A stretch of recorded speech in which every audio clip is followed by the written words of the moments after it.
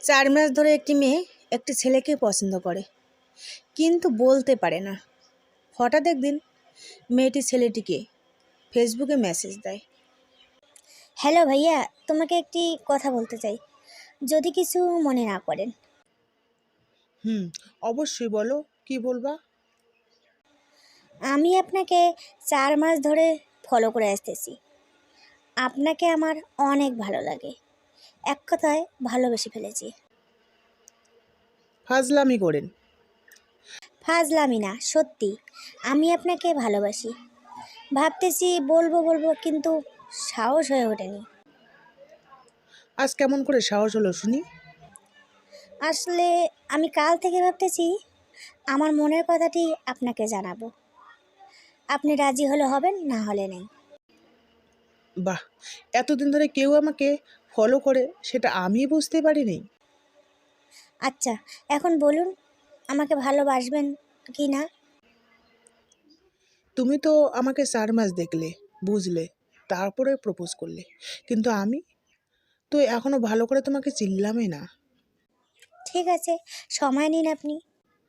ঠিক আছে, আমি 10 দিন নিলাম। যদি এই 10 দিনে তোমার সাথে কথা বলে আমার ভালো লাগে, অবশ্যই হ্যাঁ বলবো। যদি ভালো না লাগে, তবে না বলবো। আচ্ছা, কোনো সমস্যা নেই। এরপরে প্রতিদিন ছেলেটি ও মেয়েটি কথা বলতো। প্রায় 7 দিনের মাথায় ছেলেটি বলে, সত্যি, তুমি একজন অসাধারণ মেয়ে।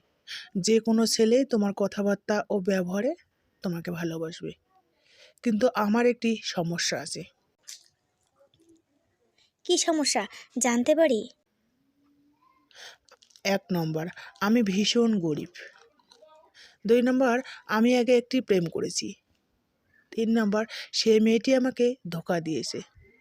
তারপরে আমি কোনো সম্পর্কে যাইনি। তবে তো আমার ভালো হলো, কোনো সম্পর্কে যান নাই, আমার সাথে যাবেন।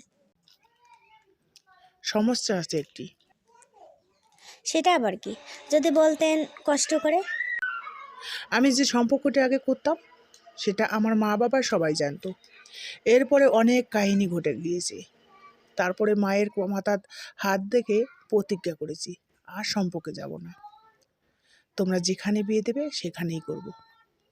ছেলেটির এই কথা শুনে মেয়েটি বেশ কিছুক্ষণ চুপ থাকার পরে উত্তর দেয়, ও, আমি তো এখন বিয়ে করতে বলতেছি না। তুমি প্রতিষ্ঠিত হয়ে না হয় আমাকে বিয়ে করিও। কিন্তু তখন যদি আমার মা বাবা তোমাকে পছন্দ না করে? তখন আমি তোমার জীবন থেকে সরে যাব, কিন্তু এখন আমাকে একটু হলেও ভালোবাসা দিতে হবে। সরি, আমাকে মাফ করবেন। আমাকে সেই ছোট্ট থেকে আমার বাবা মা মাথার ঘাম পায়ে ফেলে মানুষ করতেছে। তাদেরকে দেওয়া প্রতিজ্ঞা আমি ভাঙতে পারবো না। প্লিজ, একটু ভালোবাসা দাও। মাফ করবেন, আর দয়া করে আমাকে মেসেজ দিবেন না। যদি দেন তাহলে ব্লক দিব। ঠিক আছে, ভালোবাসা দিতে হবে না, বন্ধু হয়ে কথা বলিও। সেটাও পারবো না, কারণ বন্ধু হয়ে থাকলে একসময় তোমার প্রতি আমার প্রেম ভালোবাসা জন্মবে। ঠিক আছে, ব্লক দিও না, আমি তোমাকে মেসেজ দিব না কখনো।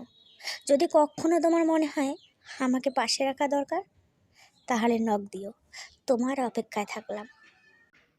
ছেলেটি ঠিক আছে। এরপরে 5টি বছর কেটে যায়। হঠাৎ একদিন ছেলেটা তাকে মেসেজ দেয় রাত 11টায়। কেমন আছো? তুমি যেমন রেখেছো ঠিক তেমনি আছি।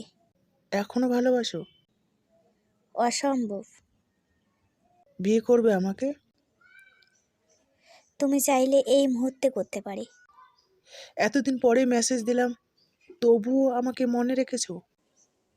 তুমি আমার জীবনের প্রথম পুরুষ, যাকে আমি পছন্দ করেছি। তাকে কিভাবে এত অল্প সময়ে ভুলে যাই? 5 বছর হয়েছে। মেয়েটি হলো, 1000 বছর হলে ভুলতাম না। ছেলেটি, আজ আমি প্রতিষ্ঠিত, বাড়ি গাড়ি সব আছে, শুধুমাত্র তুমি নেই। মেয়েটি, মানে? ছেলেটি, তোমার কথা আমার বাবা মাকে জানিয়েছি। সবাই তোমাকে দেখতে চেয়েছে। আমার বিশ্বাস সবাই তোমাকে পছন্দ করবে। সত্যি? হুম। তার মানে তুমি আমাকে ভালোবাসতে?